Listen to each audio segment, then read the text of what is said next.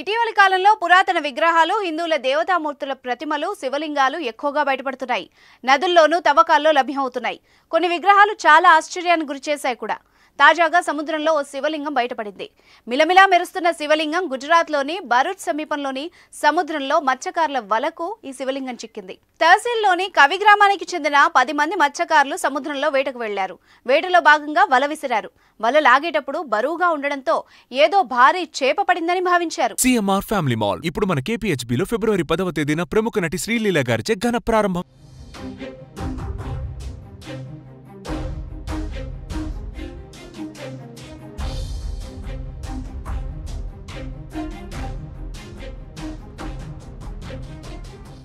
కానీ బయటకు తీసి చూస్తే వాళ్లకి శివలింగం కనిపించింది.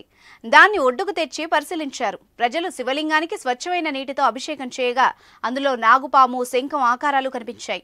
విశిష్టమైన శివలింగాన్ని చూసిన శివభక్తులు హరహర మహాదేవ అంటూ నినాదాలు అందుకున్నారు. ఈ శివలింగం క్రిస్టల్ స్టోన్తో నిర్మితమైందని చెప్తున్నారు. సముద్రంలో శివలింగం దొరికిందన్న విషయం అందరికీ తెలియడంతో సమీప ప్రాంతాల నుంచి ప్రజలు భారీగా తరలివచ్చారు. శివలింగానికి దండాలు పెట్టి పూజలు చేశారు. నాగుపాము గుర్తులు ఉండడంతో మహిమ గల శివలింగంగా భావిస్తున్నారు.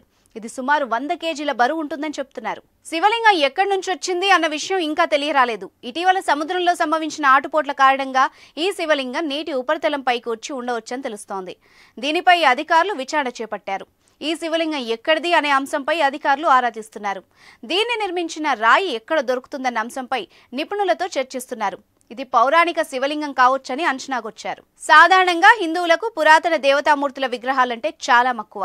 అలాంటి విగ్రహాలు ఎక్కడ కనిపించినా ప్రత్యేక పూజలు చేస్తారు, దేవాలయాలు నిర్మిస్తారు. ఇలాంటి ఘటనలు ఎన్నో చోటు చేసుకున్నాయి. తాజాగా బయటపడిన శివలింగాన్ని కూడా స్థానిక గ్రామంలో ఏర్పాటు చేసి పూజలు చేసే విధంగా చర్యలు జరుగుతున్నాయి.